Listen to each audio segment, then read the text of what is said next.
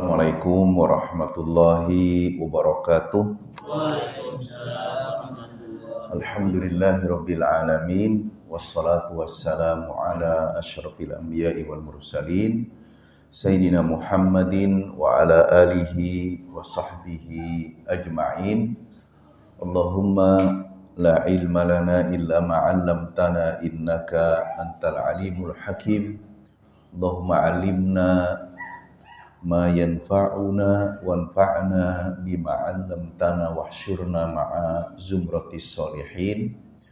Allahumma adkhilna fi ibadikas sholihin wa akhrijna min dhulumatil jahli wal awham ila anwaril ma'rifati wal ilmi wa min uhulish syahawati ila jannatil qurbat thumma amma ba'du. Ikhwani wa akhwati fillah, Bapak Ibu sekalian yang dirahmati Allah Subhanahu wa taala. Pertama-tama marilah kita panjatkan puja-puji syukur kita kehadirat Allah Subhanahu wa taala yang telah memberikan begitu banyak nikmatnya kepada kita semua. Nikmat sehat, nikmat sempat, dan terutama nikmatul iman yang masih Allah titipkan kepada kita semua. Salawat dan salam mudah-mudahan tetap Allah limpah curahkan kepada pola hidup kita semua, contoh dan teladan kita semua, Nabi besar Muhammad sallallahu alaihi wasallam, berikut keluarganya, sahabatnya, dan seluruh umatnya yang setia menapaki jejak langkah. Sosok Nabi yang mulia ini adalah sosok yang begitu kita rindu, begitu kita cintai. Yang rindu serta cintanya kita kepada Rasulullah Sallallahu Alaihi Wasallam itu berbeda dengan rindu dan cintanya kita kepada manusia biasa, ya. Karena biasanya kalau rindu kepada manusia itu bisa diawali dari pertemuan, karena kita pernah bertemu dengannya. Ya, cinta kepada manusia juga biasanya diawali dengan perjumpaan. Kita pernah berjumpa dengan. Kita belum pernah berjumpa dengan Rasul, belum pernah bertemu dengannya, tapi Allah titipkan rindu kepada kita semuanya, titipkan cinta kepada Rasulullah Sallallahu Alaihi Wasallam, walaupun kita belum pernah bersua, belum pernah bertemu dengan Rasul Sallallahu Alaihi Wasallam, tapi kita begitu rindu, begitu cinta. Ketika kita mendengar ada saudara kita yang akan berangkat umroh misalnya, kita kemudian titip salam, ya kan? Tolong sampaikan salam saya kepada Rasulullah Sallallahu Alaihi Wasallam saat nanti datang ke Raudhah, ke Masjid Nabawi.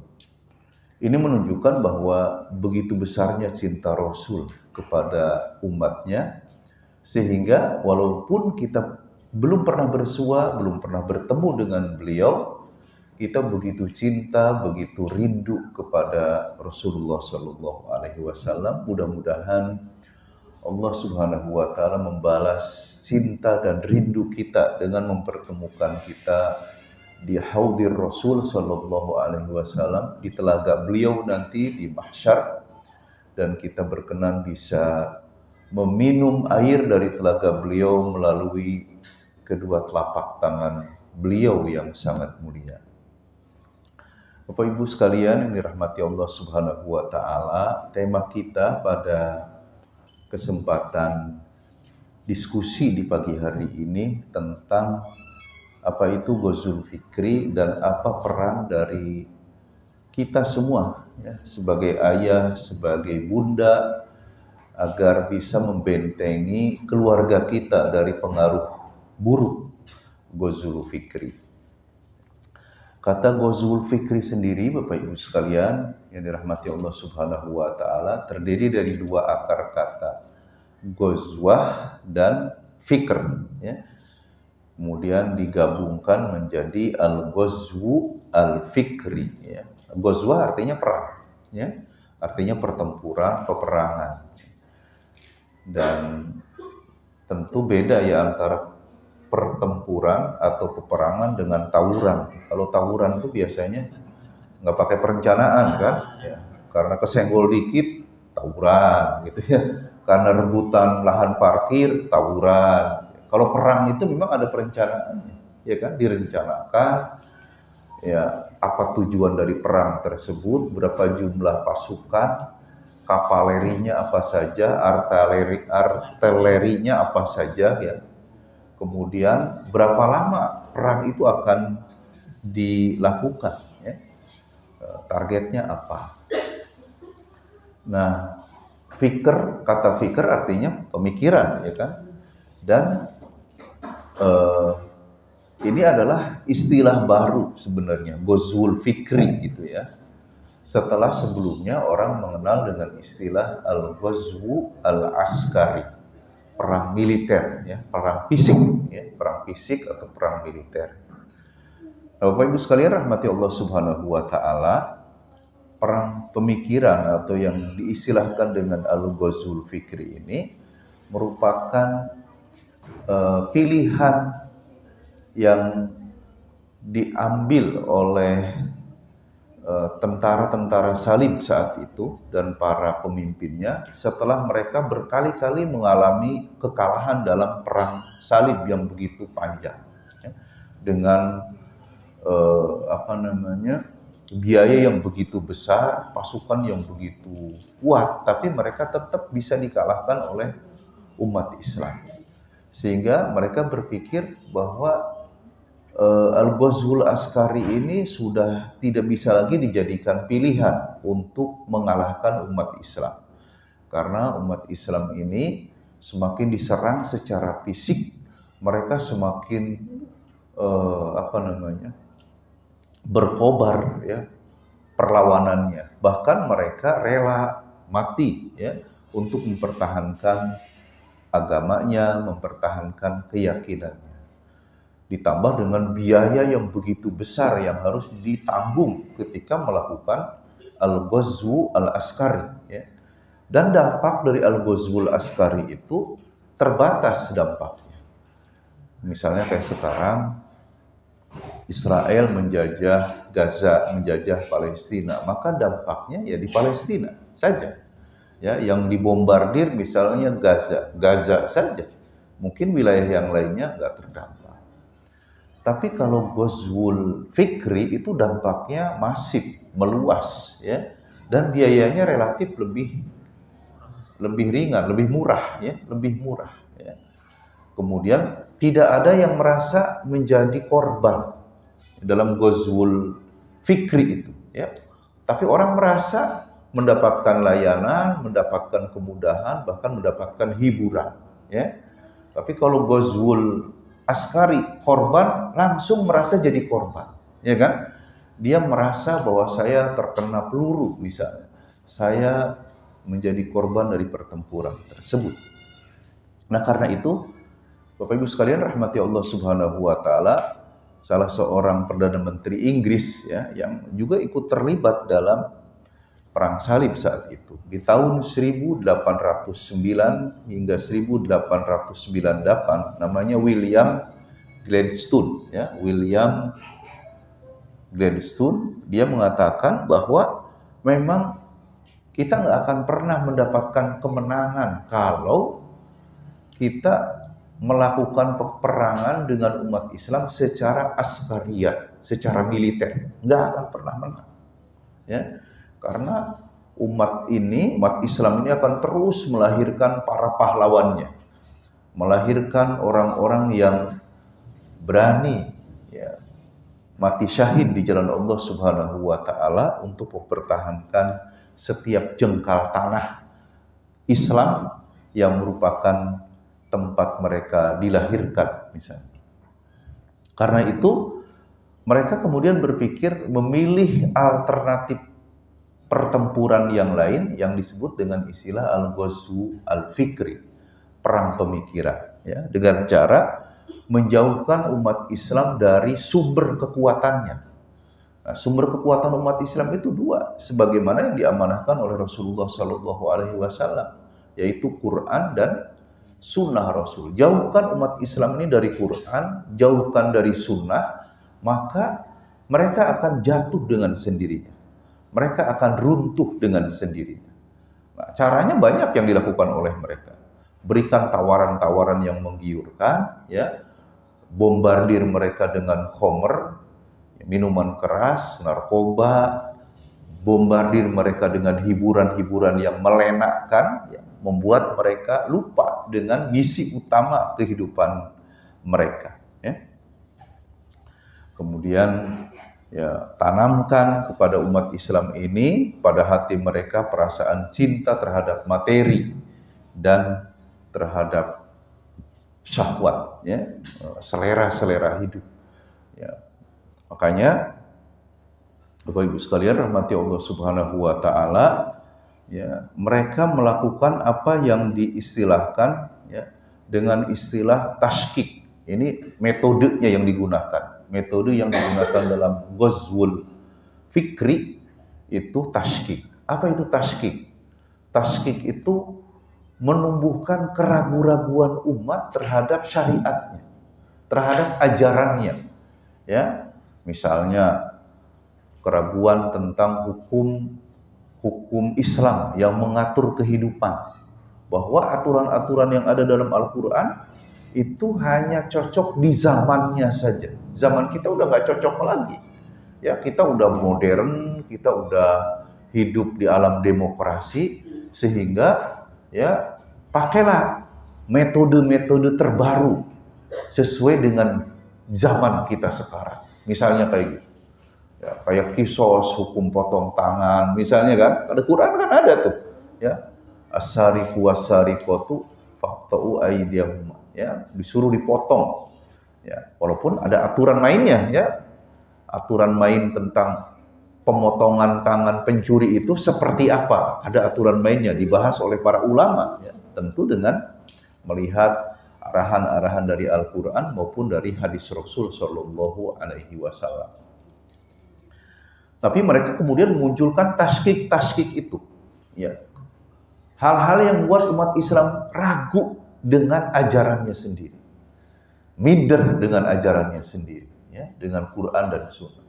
Kalau mereka sudah minder, mereka ragu, maka mereka tidak akan memiliki sumber kekuatannya lagi.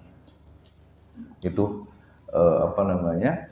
Bapak Ibu sekalian rahmati Allah Subhanahu wa taala. Selain tashkik, apalagi nih senjata yang digunakan? Senjata yang digunakannya adalah tashwih. Ya, tashwih itu menampilkan gambaran ajaran Islam itu menyeramkan, ya. Ya, tashwih digambarkan dengan buruk, dengan menyeramkan, dengan seolah-olah anti humanisme, itu anti kemanusiaan, anti HAM, ya, anti hak asasi manusia dan sebagainya. Ya, ini tashwih. Jadi udah dibikin ragu. Berikutnya, senjata kedua yang digunakan adalah tashwih. Dibikin serem. Oh, kalau kita mau pakai Islam itu, wah, nanti kehidupan ini hilang, gitu ya, seolah-olah, ya. Karena nanti banyak orang yang dihukum kisos, ya. Banyak orang yang dipotong tangan, gitu ya. Padahal kita menemukan dalam syariat Islam ini hanya beberapa kasus saja. Kasus pemotongan tangan di zaman Rasul, di zaman para sahabat, hanya beberapa saja. Ya, tapi mereka membuat gambar nanti orang kehilangan tangannya semua, karena mungkin pencuri semua, gitu ya. Nah, seperti itu. Walaupun sekarang, ya, termasuk di negeri kita sendiri, sekarang mereka udah mulai berpikir tentang hukuman penjara. Oh, ternyata hukuman penjara ini nggak produktif, ya, tapi hanya menimbulkan beban ke negara. Orang ditangkepin, masukin penjara, tiap hari dikasih makan 3 kali, ya.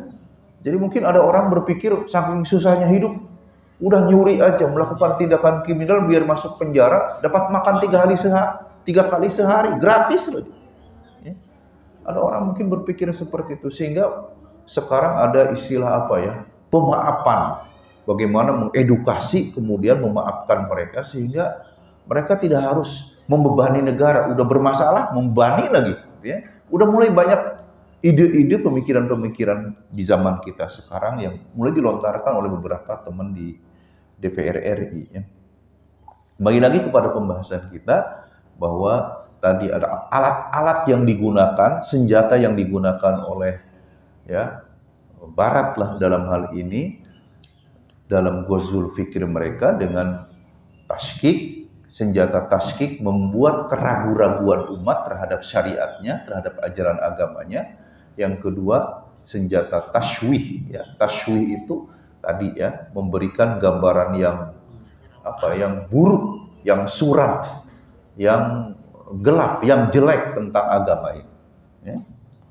Yang ketiga, senjata yang digunakannya adalah tadlil, penyesatan.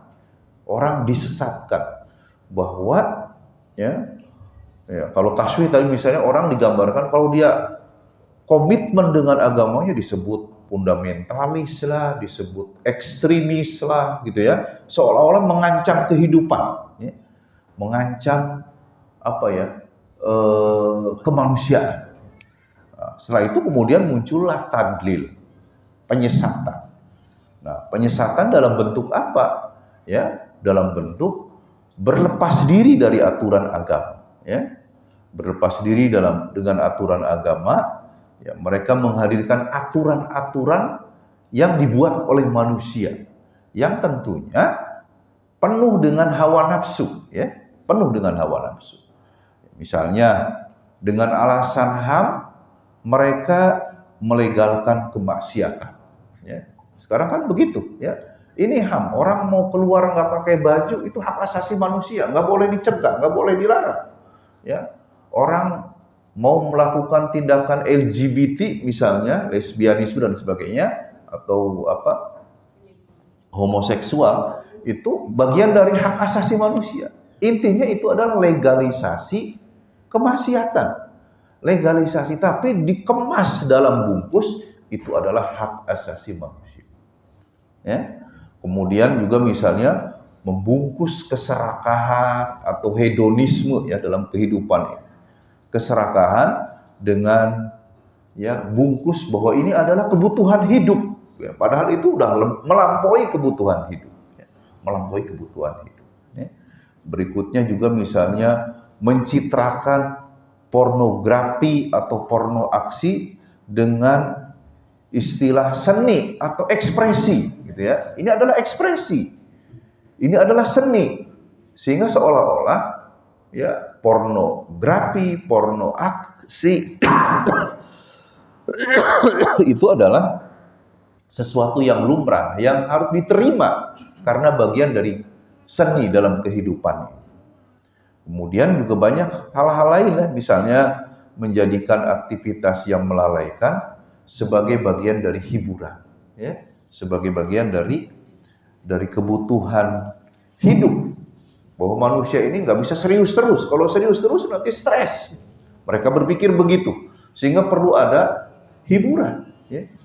Yang walaupun tidak berarti Islam nggak ada hiburan. Islam juga ada hiburannya. Ya kan, Islam ada hiburan, tapi hiburannya ya ada aturan mainnya.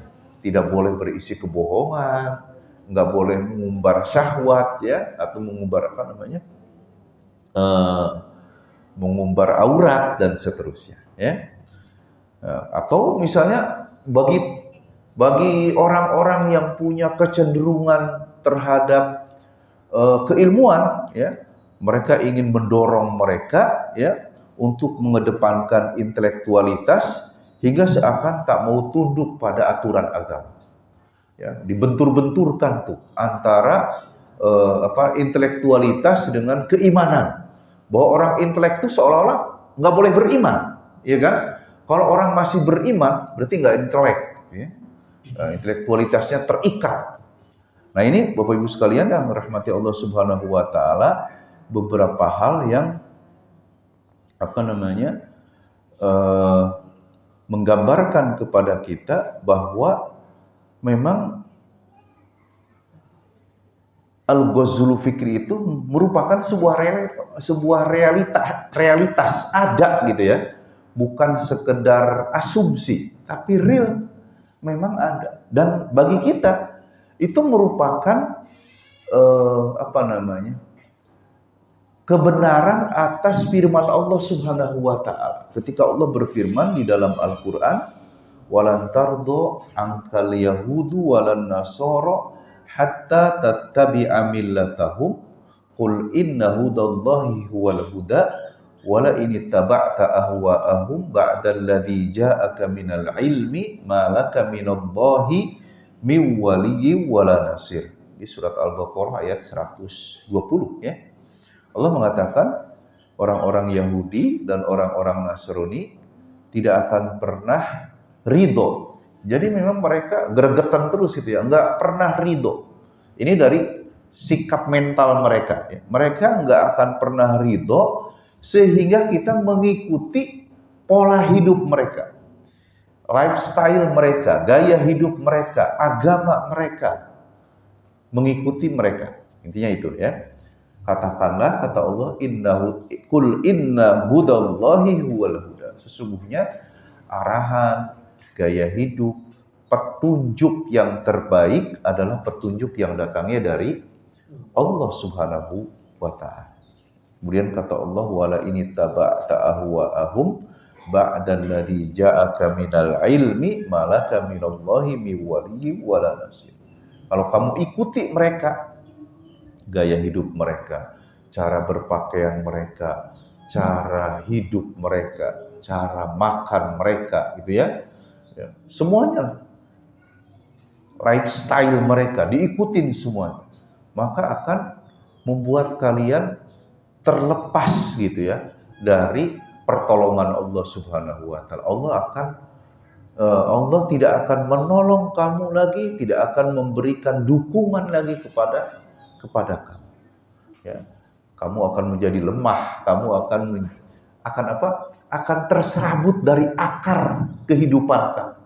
Karena mungkin kita pernah lihat ya, ada orang ngirim gambar truk kontainer yang memuat beberapa balok kayu ya, mungkin puluhan balok kayu dimuat oleh kontainer tersebut.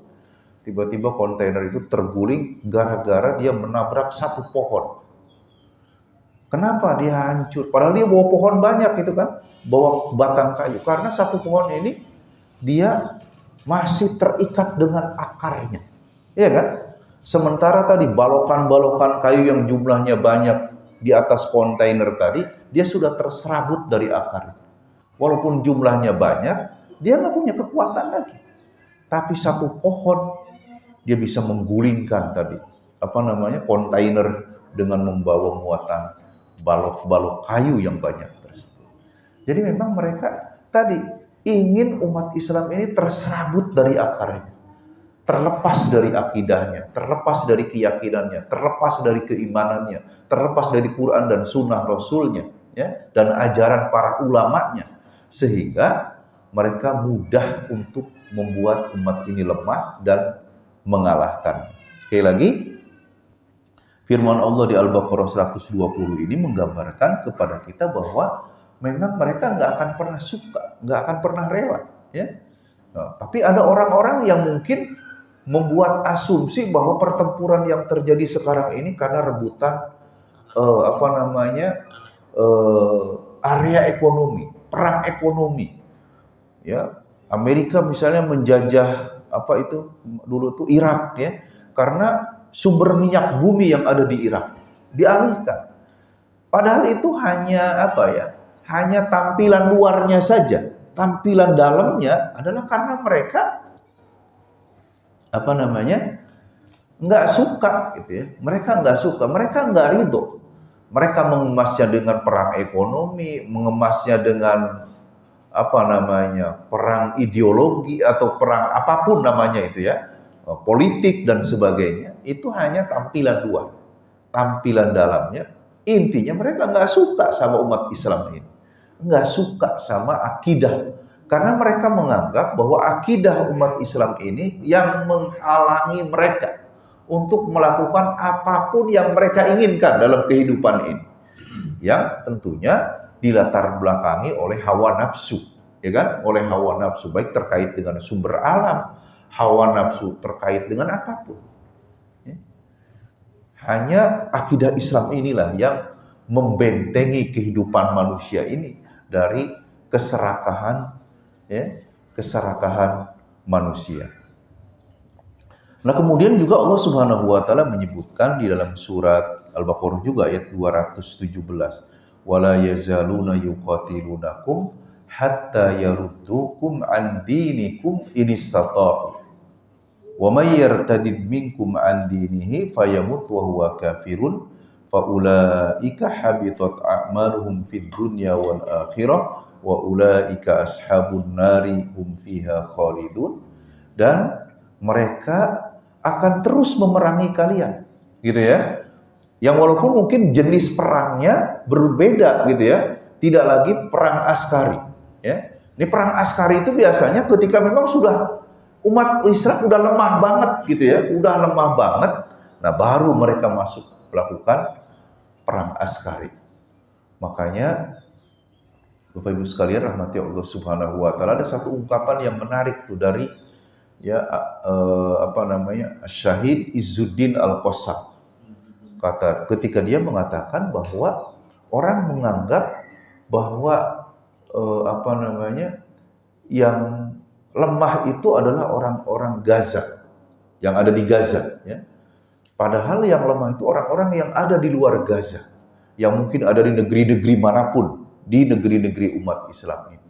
Karena orang Gaza, walaupun mereka mungkin hanya dengan peralatan sederhana, mereka masih bisa melawan pasukan Israel dengan batu, dengan apalah gitu ya, dengan ketapel dan sebagainya, mereka masih bisa melawan. Tetapi ada orang-orang yang merasa merdeka, mereka udah gak bisa melawan. Mereka diam aja, mereka ngikut aja maunya Israel kayak apa. Nah, jadi kata dia bahwa sebenarnya yang menang itu orang yang masih bisa melawan, bukan yang pasrah, diam, nggak melakukan apapun. Ya, di tengah-tengah gempuran-gempuran, pertempuran-pertempuran yang diarahkan oleh musuh-musuhnya. Ya. Di Al-Quran Allah mengatakan wala yazaluna yuqatilunakum hatta yaruddukum an dinikum. Mereka terus senantiasa akan memerangi kalian, memusuhi kalian, bahkan membunuh kalian, ya kan? Yuqatilunakum itu memerangi kalian. Hatta yaruddukum an dinikum, sampai mereka mampu mengembalikan kalian dari agama kalian, atau mungkin membuat kalian murtad bahasanya, sehingga mereka mampu membuat kalian murtad, keluar dari agama kalian, tidak lagi berpegang teguh kepada akidah kalian, inistata'u, jika mereka mampu. Tapi mereka juga mengatakan, seandainya pun mereka enggak masuk ke dalam agama mereka, minimal umat Islam keluar dari agamanya. Sehingga umat Islam ini enggak punya lagi kekuatan, enggak punya akar, gitu ya bahasanya ya. Enggak punya akar. Orang kalau udah enggak punya akar, dia mudah tumbang, ya kan? Mudah diombang-ambingkan. Ya, kasih pemikiran yang aneh-aneh, mereka ikut, yang penting viral. Makanya sampai sekarang ada orang mengistilahkan, konon katanya sekarang itu selain ada kebenaran hakiki, ada kebenaran persepsi. Kebenaran apa, Bu? Persepsi. Jadi kebenaran itu bukan kepada fakta dasarnya, tapi kepada persepsi. Persepsi dibangun oleh netizen, oleh viralitas. Asal viral, oh berarti benar. Nah, sekarang udah kayak gitu.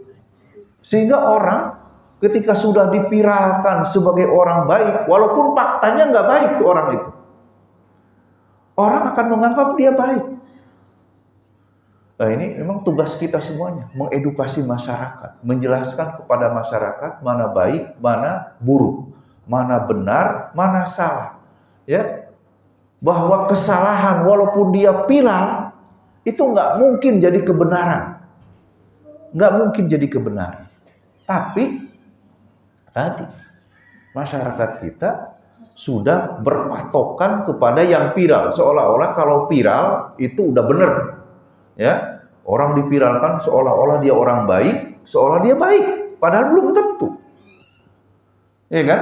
Tapi ada orang baik karena enggak dipiralkan sebagai orang baik, dianggap orang bermasalah, enggak punya kepedulian dan sebagainya. Nah, ini memang tugas kita semuanya, para dai, ya. yang merupakan tugas para nabi dan rasul. Ya, pengikutnya Fir'aun itu jauh lebih banyak dibanding pengikutnya Musa. Betul nggak? Karena Fir'aun punya kuasa, dia bisa memviralkan apa yang dia mau. Ya, cuman karena ada Quran aja tuh. Ya, apa yang dilakukan oleh Fir'aun itu dibongkar habis-habisan oleh Quran bahwa dia bermasalah. Dia bukan orang baik Fir'aun itu. Walaupun dia bisa membangun apa itu? Piramida-piramida dan sebagainya. Ya kan? Nah, Bapak Ibu sekalian rahmati Allah Subhanahu wa taala, Allah mengatakan wa may yartadid minkum an dinihi fayamut wa huwa kafir faulaika habitat a'maluhum fid dunya wal akhirah. Barang siapa yang murtad keluar dari agamanya karena tergiur dengan posisi, dengan jabatan, dengan harta, dengan apalah itu kehidupan dunia ini. Fayamut, kemudian dalam kondisi dia murtad, fayamut, dia meninggal, wa huwa kafirun, maka dia menjadi orang yang kafir. Faulaika habitat a'maluhum fid dunya wal akhirah. Wa ulaika ashabun nar hum fiha khalidun, maka mereka akan hancur, binasa semua amal-amal baik mereka, baik di dunia ini maupun di akhirat kelak. Wa ulaika ashabun nar hum fiha khalidun, dan mereka adalah penghuni neraka dan kekal di dalamnya. Nah, di ayat berikutnya di 218-nya Allah mengatakan innalladzina amanu walladzina hajaru wajahadu fi sabilillah ulaika yarjuna rahmatullah wallahu ghafurur rahim. Sungguhnya orang-orang yang beriman di tengah-tengah gempuran Ghazul Fikri, di tengah-tengah di tengah-tengah taskik keraguan-raguan yang dimunculkan oleh mereka, di tengah-tengah banyaknya tindakan taswih pernyataan-pernyataan atau kalimat-kalimat yang menggambarkan bahwa Islam ini, ajaran-ajaran Islam ini buruk dan sebagainya, mereka tetap berpegang teguh dengan ajaran Islam. Ya. Maka mereka adalah orang-orang yang akan mendapatkan rahmat Allah Subhanahu wa ta'ala. Nah, Bapak Ibu sekalian rahmati Allah Subhanahu wa ta'ala, ya, tadi saya sudah sampaikan bahwa ada 4 senjata yang dipakai oleh musuh-musuh Islam ketika menggunakan strategi Ghazul Fikri ini. Pertama tadi taskik, ya, meragukan kebenaran agama Islam, kebaikan agama Islam. Yang kedua apa? Taswih, menggambarkan bahwa ajaran Islam ini buruk, serem gitu ya, terorisme dan sebagainya lagi. Kemudian yang ketiga apa? Tadlil, menyesatkan, ya, disesatkan umat Islam. Ini sekarang supaya kamu enggak masuk dalam kategori ekstremis, fundamentalis, teroris, udah ikut kita aja, gitu ya. Pakai sistem kita, ya. Sistem pendidikannya ngikutin kita. Padahal ternyata Bapak Ibu sekalian, Menteri Agama kita yang baru nih, Pak Nasaruddin Umar, ya. Pak Nasaruddin Umar sekarang, Menteri Agamanya, Profesor. Dia mengatakan bahwa sebenarnya sistem pendidikan yang paling tua di Indonesia itu adalah pesantren. Ya, mungkin kalau bahasa di Turkinya kutal, gitu ya. Di Indonesia pesantren. Bahkan pesantren ini sudah ada di masa penjajahan Belanda. Bahkan dia menjadi benteng perlawanan, ya, terhadap ideologi Belanda lah pada saat itu, yang merupakan kufar, orang-orang kafir, non-muslim. Ya. Seandainya, kata dia, Indonesia ini nggak dijajah oleh Belanda, ya, oleh Barat pada saat itu, kayaknya yang akan jadi universitas pertama itu adalah Universitas Tebu Ireng, kata dia. Universitas apalagi misalnya itu, bukan UI katanya, bukan Universitas Indonesia, bukan ITB, bukan Unpad, tapi Universitas Tebu Ireng, Universitas Jombang, Universitas Kediri, mungkin itu yang akan muncul. Tapi kita dijajah oleh Belanda dan kita dipaksa mengikuti sistem pendidikan mereka, sehingga seolah-olah sistem pesantren itu dianggap pendidikan non formal, gitu ya, enggak formal.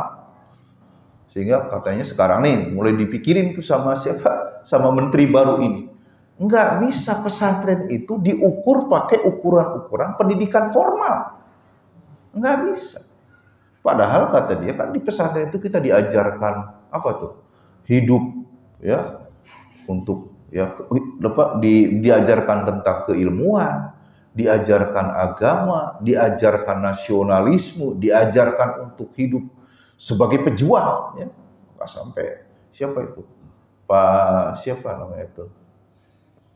Sahal ya. Iya, Sahal ya, Pak Sahal ya. Dia mengatakan kayak Haji Sahal ya, Ahmad Sahal atau apa namanya? Yang dari Gontor. Dia mengatakan kalau ada pesantren yang tidak anti penjajah itu adalah pesantren palsu. Kalau ada kiai enggak anti penjajahan, dia adalah kiai palsu. Kalau ada santri enggak anti penjajah, dia adalah santri palsu juga. Karena dari dulu pesantren dengan kiainya, dengan santrinya adalah anti penjajah dan penjajah. Dia di gerbang terdepan untuk berhadapan-hadapan dengan penjajah. Kemudian tadi senjata keempat yang digunakan dalam Ghazwul Fikri adalah tagrib. Tagrib ya. At-tagrib maksudnya menjadikan barat dan akidahnya, keyakinannya, lifestyle-nya sebagai model. Ya. Jadi kalau anti barat seolah-olah anti apa ya? Anti kemajuan gitu ya. Anti kehidupan gitu ya. Nah, ini bermasalah.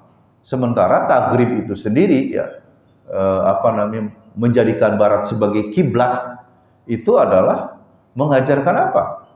Barat itu mengajarkan sekularisme, ya kan? Memisahkan agama dari kehidupan. Ya, jangan bawa-bawa agama kalau bisnis. Jangan bawa-bawa agama kalau urusan politik. Jangan bawa-bawa agama kalau udah urusan ngurus negara, ya. Jadi agama di masjid aja. Kalau bagi mereka di gereja aja. Keluar gereja, Anda adalah orang yang berbeda, gitu kan? Yang siap mengikuti aturan-aturan yang dibuat oleh manusia. Nah, kita kan nggak mengenal kayak gitu dalam Islam ini. Kita harus masuk Islam secara keseluruhan. Udkhulu fisilmi kafah. Ya. Kita harus menjadikan ajaran Islam, baik itu di masjid, di rumah, di pasar, atau di lembaga-lembaga formal yang lain. Mereka nggak mau seperti itu. Kemudian juga misalnya tagrib itu mengajarkan tentang liberalisme, gitu ya, liberal. Orang bebas menentukan apapun selama itu, ya, dia mau, dia suka. Nah, ini kan problem bagi kita, ya, bahwa kebebasan manusia itu dibatasi dengan aturan-aturan, ya, yang dibuat oleh Allah Subhanahu Wa Taala maupun Rasul. Kemudian juga hedonisme, itu kan ajaran tagrib itu. Ya, yang penting enjoy, yang penting enak, mau salah mau bener, bodoh amat. Nah, itu kan problem bagi kita, nggak bisa kayak gitu. Ya, modernisme juga, modernisme itu kan tadi seolah-olah yang modern itu yang barat, kan? Dengan akidah sekularisme mereka yang memisahkan agama dalam kehidupan ini, sehingga mereka misalnya tadi ya seks. Misalnya pornografi, porno aksi dianggap hal yang wajar karena itu seni misalnya, ya itu seni. Jadi nggak bisa seolah-olah nggak bisa disalahkan kalau seni itu. Ya, bagi kita mau seni mau apapun harus terikat dengan aturan, nggak bisa. Sesuatu ini di luar aturan, di luar ajaran dari Al-Quran maupun Sunnah Rasul Shallallahu Alaihi Wasallam. Nah, Bapak Ibu sekalian rahmati Allah Subhanahu Wa Taala. Nah, sekarang apa dong kiatnya agar kita bisa menghadapi itu, gitu ya, bisa mengantisipasi, ya, mengantisipasi 4 T tadi itu, ya, taskik, taswih, tadlil, tagrib, gitu ya, yang merupakan senjata Ghazwul Fikri ini. Gimana cara kita menghadapinya? Ya, di sini Allah Subhanahu Wa Taala mengajarkan misalnya di surat At-Tahrim ayat 6 Allah berfirman, ya ayyuhalladzina amanu qu anfusakum wa ahlikum naro. Wahai orang-orang yang beriman, jagalah diri kalian dan keluarga kalian dari api neraka, waquduhan nas wal hijarah, yang bahan bakunya bahan bakarnya adalah manusia dan batu-batuan. Alaiha malaikatun ghiladun syidadun la ya'sunallaha ma amarahum wa yaf'aluna ma yu'marun. Intinya kita harus menguatkan keimanan kita kepada Allah Subhanahu wa taala, ya. Kemudian setelah kita menguatkan keimanan kita bahwa kita lebih yakin dengan apa yang ada di sisi Allah, lebih yakin dengan aturan yang Allah buat dibanding aturan yang dibuat oleh manusia, sehebat apapun dia, sepintar apapun dia. Setelah itu kita bersama-sama menjaga diri kita semuanya dengan landasan keimanan tadi dan keluarga kita, ya, agar tidak terjerumus ke dalam api neraka. Berikutnya misalnya di An-Nisa ayat 9 Allah juga mengatakan waliyakhshal ladzina law taraku min khalfihim dzurriyyatan di'afan khafu 'alaihim falyattaqullaha waliyaqulu qawlan sadida. Dan hendaklah, ya, orang-orang yang beriman ini merasa khawatir seandainya mereka meninggalkan di belakang mereka dzurriyyatan di'afan, generasi keturunan yang lemah, ya, yang lemah. Lemah di sini bisa lemah secara mental, lemah secara akidah, atau lemah secara fisik juga, ya. Pokoknya jangan sampai lemah lah keturunan kita ini, ya. Ya. Gimana caranya supaya nggak lemah? Ya, kata Allah, falyattaqullaha. Hendaknya mereka bertakwa kepada Allah. Takwa itu kan maknanya luas, ya kan? Mereka lebih syukur, lebih bersabar, lebih apalagi misalnya itu lebih zuhud, ya, dalam menghadapi kehidupan ini. Itu bagian dari ketakwaan kepada Allah Subhanahu wa taala. Lebih banyak mengejar keilmuan, itu juga bagian dari ketakwaan kita kepada Allah Subhanahu wa taala. Ya, lebih banyak menghadirkan amal-amal baik, amal-amal soleh, itu juga bagian dari ketakwaan. Waliyaqulu qawlan sadida, dan hendaklah mereka mengatakan pernyataan yang sadida, bukan syadida, ya, pakai sin, sadida, pernyataan yang tepat, gitu ya. Pernyataan yang tepat, pernyataan yang terukur, gitu ya. Sadidan itu yang tepat, yang benar, terukur. Nah, Bapak Ibu sekalian, dua ayat ini menggambarkan kepada kita bahwa memang peran orang tua begitu besar, ya, dalam rangka membentengi keluarganya, terutama anak-anaknya dari, ya, tadi dampak negatif dari Ghazul Fikri tersebut.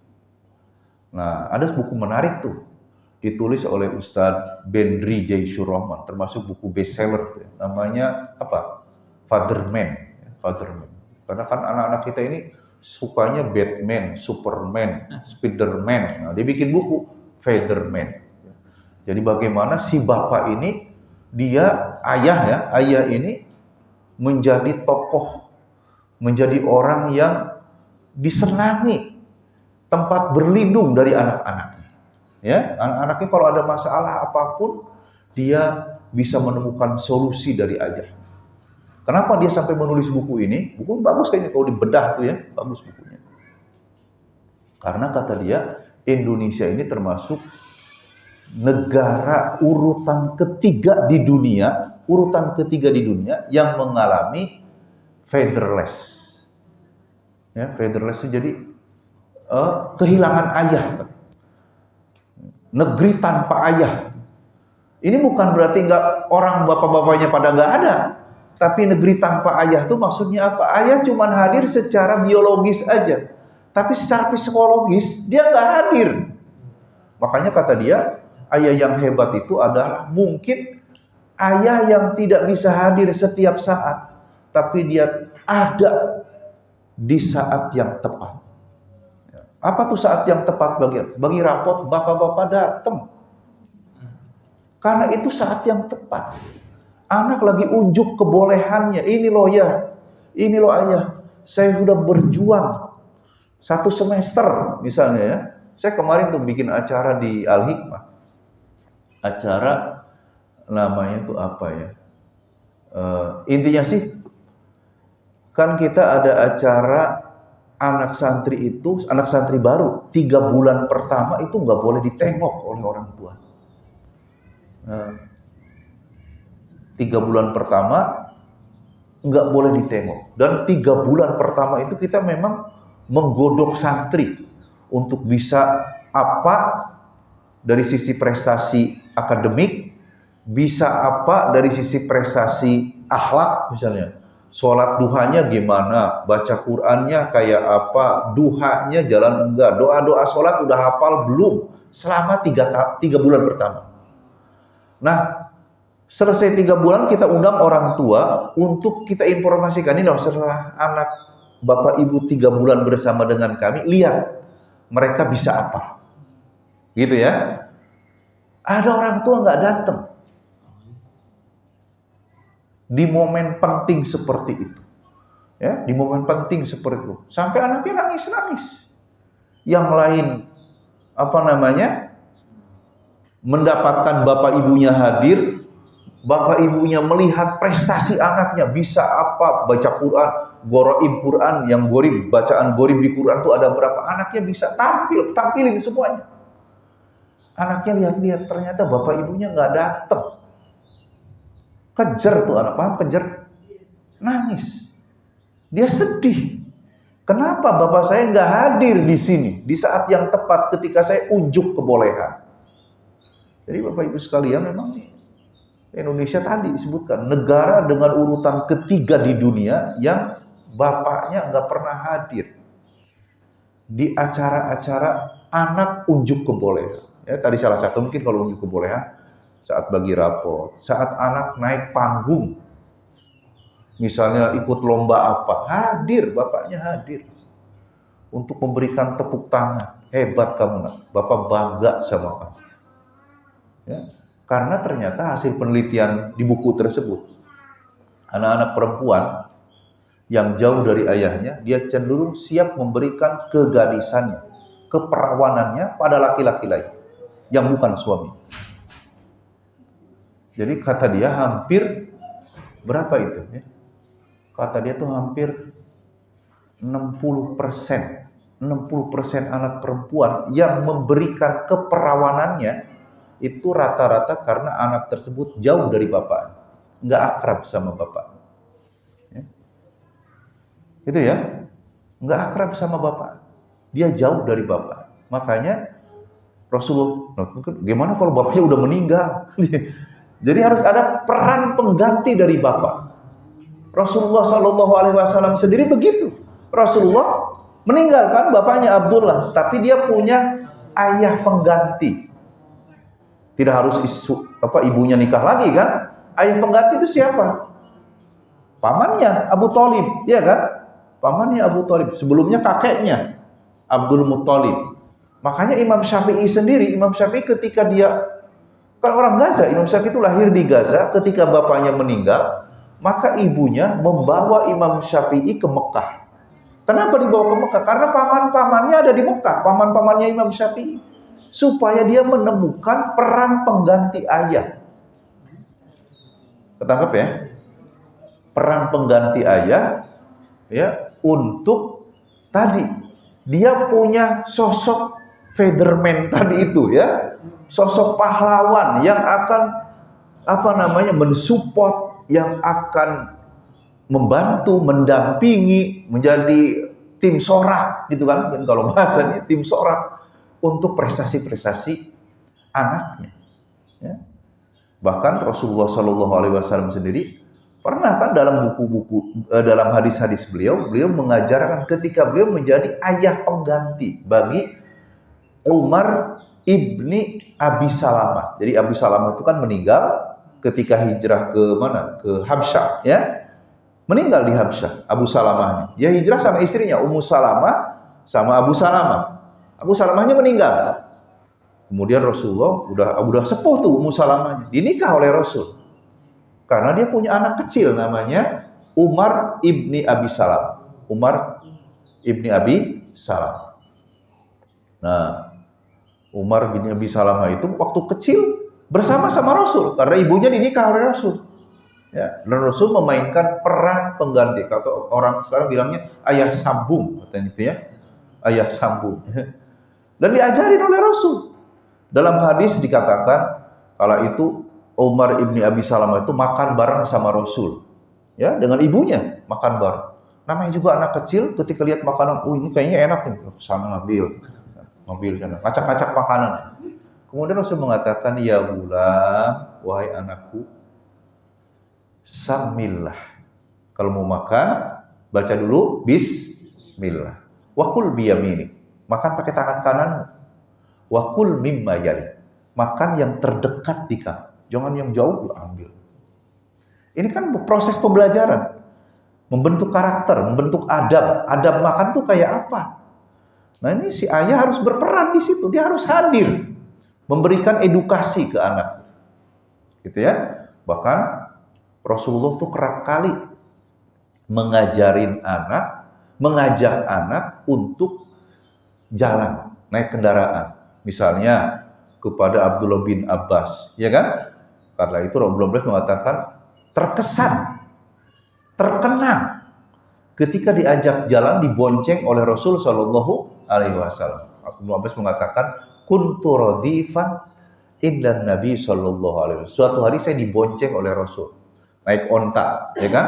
Kemudian Rasulullah memberikan ajaran-ajarannya kepada beliau. Ya gulam, ittaqillah haitsu ma kunta, ihfadillah yahfadka, dan seterusnya, ya kan? Jadi memang momen ngebonceng anak itu momen yang luar biasa, yang akan terkesan, terkenang oleh anak kita. Bahkan justru kalau anak itu diajak sama kita jalan nggak mau, ini pasti ada masalah. Bisa jadi orang tuanya nggak nyenengin, nggak mengesankan begitu ya. Justru kalau anak diajak jalan nggak mau, itu problem. Makanya kan dalam Al-Quran ketika kisah siapa itu? Kan'an. Ya kan? Kan'an dengan Nabiullah Nuh. Nabi Nuh ngajak, ya bunayyarkam ma'ana wala takum ma'al kafirin. Wahai anakku, ayo ikut ayah naik perahu, ya kan? Ya bunayya. Itu bahasanya Nabi Nuh masih pakai gunakan ya bunayya, walaupun anaknya bengal. Kalau kita kan kalau udah anak bengal, anak setan, langsung aja kasar. Nabi Nuh anaknya bengal juga itu Kan'an, tapi tetap menggunakan bahasa ya bunayya. Kata bunayya itu dalam bahasa Arab itu ismut tasghir. Ismut tasghir itu untuk menunjukkan kasih sayang. Nah, itu mungkin ya. Bukan, maneh, bukan kayak gitu. Nah, ya bunayya, wahai anakku yang lucu, wahai anakku yang manis, anakku sayang. Itu ya bunayya tuh gitu maknanya. Wah, ya bunayya, wahai anakku sayang. Padahal anaknya jengkelin. Kita kan kalau anak jengkelin, citak aja gitu ya. Ya bunayya, wahai anak, ikut ayah, naik ke perahu. Ya kan? Jadi memang harus ada metodenya gitu, ngajak anak gitu ya. Ayo ikut ayah. Mungkin kalau bahasa kita, nah ikut jalan sama ayah. Kita jalan. Walaupun kadang-kadang anak kalau udah gede, kalau cuma diajak jalan udah mau ya, nggak mau ya. Apa sih ya ngajak-ngajak? Makanya saya biasanya kalau anak saya mau ngajak anak saya, dia udah bisa nyetir mobil. Nah, saya bilang Abi ada acara ke Pekalongan, Abi nggak kuat bawa mobilnya, capek. Kalau sih masih kuat sih, tapi capek, ngantuk. Ayah nyetir ya. Oh dia senang kalau ya siap-siap. Tapi kalau temenin ayah ya ke Pekalongan, belum tentu mau dia. Ada acara lain. Tapi ketika dia dikasih tanggung jawab, ayah ngantuk bawa mobil. Kamu bantuin ayah ya nyetir mobil ke Pekalongan. Siap. Dia merasa dapat tanggung jawab, ya kan, diberikan kepercayaan. Memang harus caranya seperti Rasul biasa kayak gitu. Ayolah ikut jalan.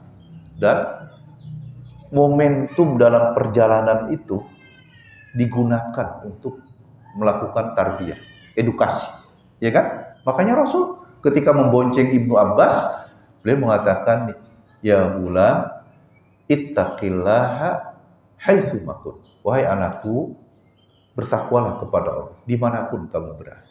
Ihfadillaha yahfadka. Jagalah aturan Allah, jaga syariat Allah, maka Allah akan menjaga kamu. Ya, kemudian Rasul mengatakan, walau ijtama'atil insu wal jinnu ala an yanfa'uka bi syai'in lan yanfa'uka illa bima katabahu Allahu laka. Wa in ijtama'u ala an yadurruka lan yadurruka illa bi syai'in qad katabahu Allahu alaik. Wahai anakku, yakinlah bahwa seluruh makhluk ini, baik jin ataupun manusia, bergabung untuk menghadirkan manfaat sama kamu, kamu gak akan mendapatkan manfaat itu kecuali kalau itu udah ditetapkan oleh Allah. Ini kan terkait dengan harapan-harapan ke depan, ya kan? Jadi jangan sampai kepikiran dalam hidupmu ini ngelanggar aturan Allah, keluar dari aturan Allah karena ingin mendapatkan manfaat apapun dalam hidup ini. Enggak mungkin kamu dapat manfaat itu kecuali kalau itu sudah ditetapkan oleh Allah. Begitu juga kamu nggak mesti khawatir, nggak mesti takut dalam hidup ini, ya, mendapatkan mudarat dalam hidup ini. Walaupun jin dan manusia sedunia ini sepakat ingin nyelakain kamu, nggak mungkin bisa kecuali kalau Allah udah menetapkannya, kamu celaka di situ. Jadi intinya merapat sama Allah, merapat sama Allah. Ketangkep ya, Bapak sekalian. Dan itu disampaikan oleh Rasul saat dia ngebonceng Abdullah bin Abbas. Jadi momentum jalan sama anak ini, dia dijadikan medium, ya, sarana untuk memberikan edukasi kepada anak-anak. Nah, ini bagian dari upaya kita merawat anak-anak, menjaga anak-anak di tengah-tengah gempuran tadi, taskik, taswih, tadlil, tagrib dari Ghazul Fikri.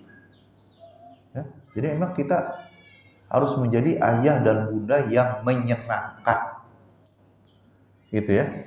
Ayah bunda yang nyenengin anak-anak tuh senang. Nah, makanya di sini saya mencatat nih dari siapa? Dari bukunya Ustadz Benri Jaisur Rahman, ayah yang bisa menjadi fatherman ya. Fatherman itu adalah ayah yang bisa memainkan 7 peran. 7 peran dalam hidupnya. Sehingga dia mengasyikkan, menyenangkan bagi anaknya itu. Apa aja 7 peran itu? Pertama, ayah menjadi konselor. Menjadi konselor.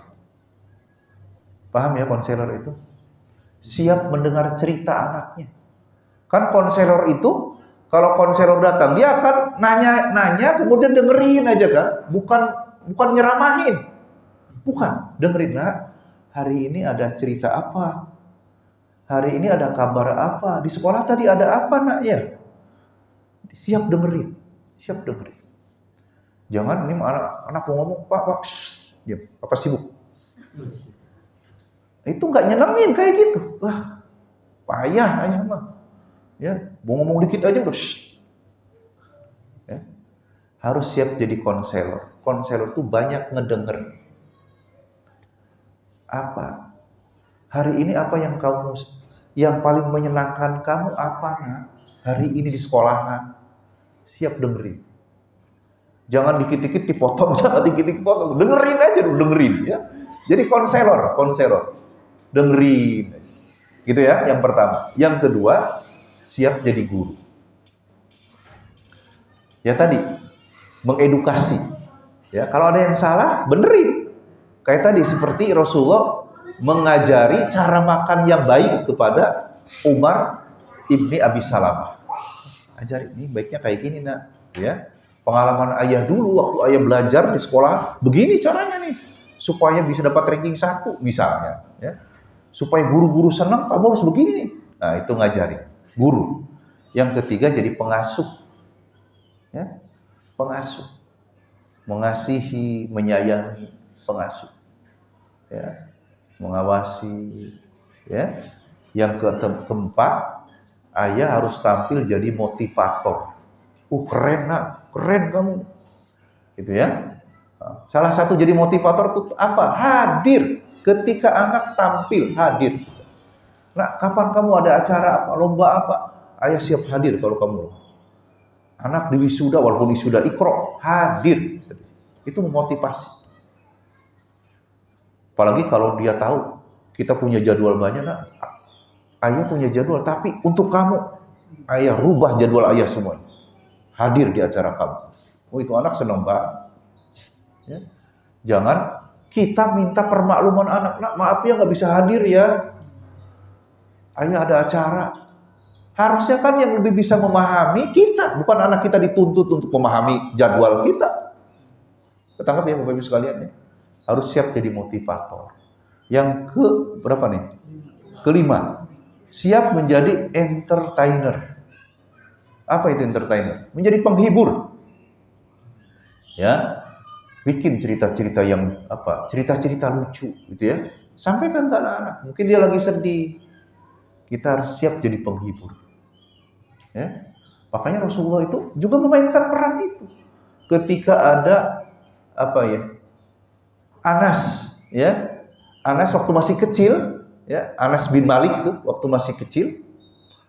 Kala itu dia namanya juga anak-anak main burung pipit yang masih kecil itu, dimainin sampai mati. Terbangin, tangkap, mati juga kan akhirnya.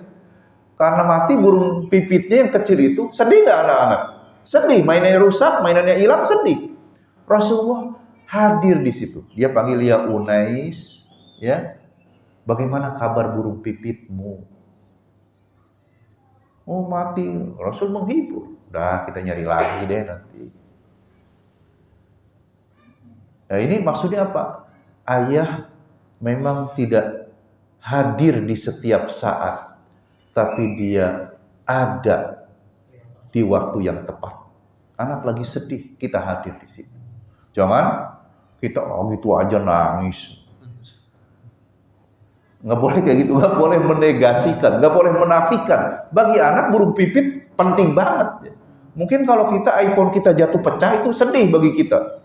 Bagi anak biasa aja gitu ini. Bagi dia mainan dia yang rusak itu yang bikin sedih. Kita kan sedihnya kalau kendaraan kita hilang, handphone kita hilang, baru sedih kalau kita. Iya kan? Nah, anak-anak sedihnya ya mainan dia hilang.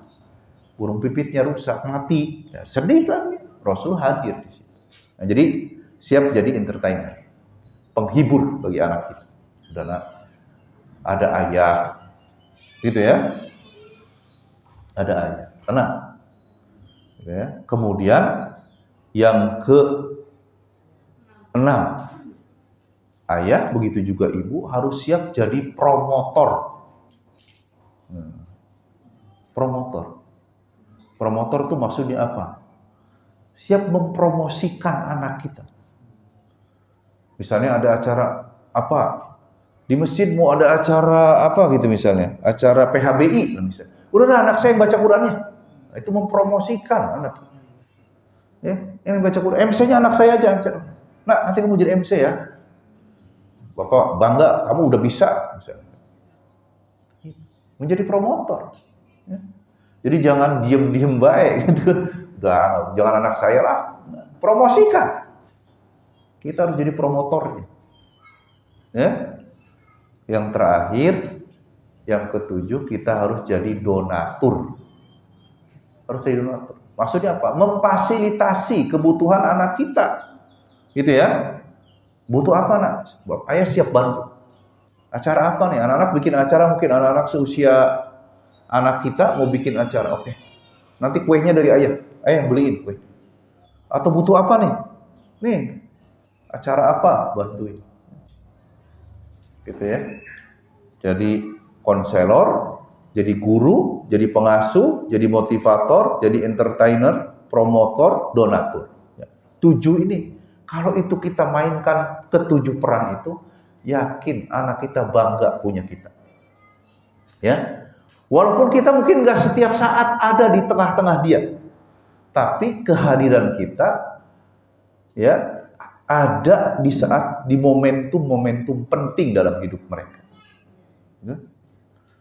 Coba Bapak Ibu sekalian ya, kalau kita di Indonesia mengenal dengan istilah Bang Toyib, ya, yang berapa purnama nggak datang-datang, ya 3 purnama nggak datang Bang Toyib ya, sampai 3 bulan baru datang. Tapi kan kita juga diajarkan dalam Islam ini, Ibrahim itu diceritakan dalam seumur hidup dia ketemu Ismail 3 kali. Kalau usia dia 100 tahun, berarti per 30 tahun dia baru ketemu Ismail. Tapi jadi orang kan? Kenapa? Karena dia datang di saat yang tepat. Lebih Bang Toyib lagi tuh. Ya, Nabi Ibrahim kan jarang ketemu sama ketemu mau nyembelih lagi. Tapi tadi secara biologis dia nggak datang, tapi secara psikologis dia datang, gitu ya. Dia datang. Gimana cara datangnya? Lewat doa-doanya. Gimana cara datangnya? Lewat istrinya. Dia didik istrinya, sehingga istrinya Siti Hajar itu menjadi apa? Menjadi PR yang baik, public relation bagi anaknya, tentang ayahnya, ya, tentang ayahnya. Caranya gimana? Bikin istri kita senang sama kita. Bikin istri kita bahagia. Itu ya. Karena kalau istri kita menderita gara-gara kita, kira-kira dia jadi PR yang baik nggak tuh sama anak kita? Bapakmu itu bikin susah aja hidupnya. Tapi kan Siti Hajar ketika ditanya, Ismail bertanya, "Ya Ummi, kaifa abi? Bagaimana ayahku?" Siti Hajar menjawab dengan bagus, PR yang bagus. Abuka, bapamu itu siddiqon nabiyya wa abul anbiya. Bapakmu itu orang yang jujur, punya kredibilitas, gitu ya. Dan dia adalah nabi, bahkan bapaknya para nabi. Bangga nggak kira-kira anak itu? Bapak saya luar biasa. Tapi kok bapakmu tuh Bang Toyib gitu. Gak datang dia tuh. Nah, ketangkap ya Bapak Ibu sekalian. Nah, istri kita bisa ngomong kayak gitu ketika apa? Ketika dia senang, ketika dia bahagia. Makanya jangan sekali-kali bikin istri menderita. Bikin istri susah. Bikin istri sakit hati. Dia nggak akan jadi PR yang baik. Ya. Makanya Bapak Ibu sekalian, dalam Quran itu di surat At-Tolak, lihat di surat At-Tolak. Ketika membahas surat At-Tolak kan menceritakan tentang perceraian, iya kan? Tapi dalam surat itu Allah mengatakan, ketika membahas perceraian, Allah mengatakan wala tansawul fadla bainakum. Walaupun ente udah bercerai, jangan lupakan kebaikan di antara kalian. Kebaikan mantan. Jangan dilupain. Ya. Walaupun udah pasti ada baiknya, ada buruknya juga ada, tapi ada baiknya juga kan. Ceritain yang baik-baik aja sama anak. Jangan ceritain yang buruk-buruk sampai anak itu dendam sama bapak. Kata anaknya, kata bapak, saya tonjok nanti bapak. Ini ibunya jangan, makasih ya nak, sudah berpihak sama mama. Jangan kayak gitu. Itu namanya memupuk dendam, memupuk sakit hati anak kepada bapaknya. Padahal tugas kita ini bagaimana membuat anak kita birrul walidain, berbakti pada bapaknya, berbakti pada ibunya. Bagaimanapun kondisinya saat itu ketika terjadi perceraian. Setelah itu ingat yang baik-baik lah ya, kenangan-kenangan baik yang diingat. Oh, bapakmu itu luar biasa. Dia saking sibuknya nak, lupa pulang misalnya. Saking sibuknya, lupa pulang. Dia punya istri, punya anak, lupa rupanya dia saling sibuk. Gak usah diceritain yang kayak gitu, ya. Dia dai, dia luar biasa. Dia wah, dai kondang, kemana-mana dia. Udah sampai situ aja, jangan dibilangin sampai lupa pulang gitu. Gak usah, ya. Ya, Bapak Ibu sekalian. Jadi memang sekali lagi tadi benteng ini harus kokoh, ya. Untuk membentengi tadi Ghazul Fikri, rumah kita ini harus menjadi rumah yang menyenangkan. Ya, rumah yang menyenangkan. Dia adalah, makanya kan rumah dalam bahasa Arab itu disebut bait. Iya kan? Disebut apa? Apa itu bait maksudnya? Kata para pakar bahasa, bait itu adalah tempat menginap di malam hari. Tempat mabit, makanya ada istilah mabit. Mabit itu nginep. Nginep malam hari, nggak bisa mabit jam 12 siang. Kan? Mabit itu malam hari. Makanya bait dia adalah makan lil baituta, makan lil mabit. Tempat untuk mabit, menginap di malam hari. Jadikan bait kita tempat mabit. Bait juga, rumah juga dalam bahasa Arab disebut dengan maskan, ya kan? Sakan atau maskan, tempat ketenangan. Ya, nyampe rumah tuh orang tenang semuanya, ya kan? Merasakan ketenangan. Anak kita tenang, suami kita tenang, istri kita tenang, maskan. Ya. Bait juga, rumah juga dalam bahasa Arab disebut dengan manzil.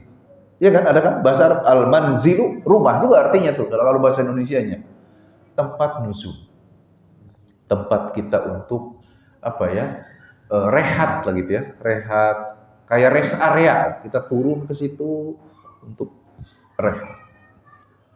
Baik, rumah juga dalam bahasa Arab disebut dengan dar. Kayak ada Darul Arqam, Darun Nadwa, ya kan? Dar. Apa itu dar? Dar itu tempat aktivitas. Makanya di rumah harus ada aktivitas, ya kan? Aktivitas. Jangan di rumah diem-dieman aja gitu kan ya. Ya, masing-masing sibuk dengan handphonenya, misalnya, gitu ya. Berarti diem-dieman kan? Harus ada aktivitas. Ya, ada dauronul harokah. Ada aktivitas di situ. Ada kegiatan antara ayah dengan anak, ayah dengan ibu, ayah ibu anak, terus bergerak semua untuk kebaikan bersama. Bapak Ibu sekalian rahmati Allah Subhanahu wa taala, insyaallah kalau rumah kita ya dia menggunakan fungsinya, ayah dan ibu memainkan fungsi dan perannya, ya kan? Tadi ayah ada 7 perannya, ya, sebagai apa tadi? Konselor, sebagai guru dan seterusnya, dan ibu menjadi PR terbaik. Menjadi PR terbaik bagi anaknya. Nah, ayahmu itu luar biasa, nah. Ayahmu itu pejuang, ayahmu itu pahlawan keluarga, misalnya, itu kan? Ayah itu udah capek-capek di rumah untuk kita semuanya, untuk kebaikan kita. Anak jadi bangga. Dan ada satu ungkapan yang menarik juga, ya. Dari bahasa Hajar ke Ismail yang mengenalkan tentang ayah dan prestasi ayahnya, juga perlu istri itu mengenalkan tentang prestasi suami. Nah, bapakmu itu dulu waktu di SD dia ranking 1 terus, nih tuh pialanya banyak tuh ngejejer, misalnya. Anak tuh bangga lah, ayah saya kayak gitu, saya berarti anak juara, anaknya juara. Itu ya, ayahmu itu pengusaha yang sukses, ya, yang soleh, gitu. Misalnya kayak gitu, ya, sehingga anak kita bangga dengan kita. Karena kalau anak kita nggak bangga dengan kita, terus gimana dia bisa dekat sama kita, ya kan? Wah, ayah payah. Gitu. Ya, kalau kita dianggap payah sama anak kita sendiri, gimana? Datang pas sakit ada di rumah, kalau sehat keluyuran. Ya, sehingga anak bikin sakit aja ya Allah, biar di rumah terus gitu kan. Auzubillah min dzalik kan kayak gitu ya. Makanya bikin dia bangga dengan kita. Jadi boleh tuh kita prestasi-prestasi kita pasang.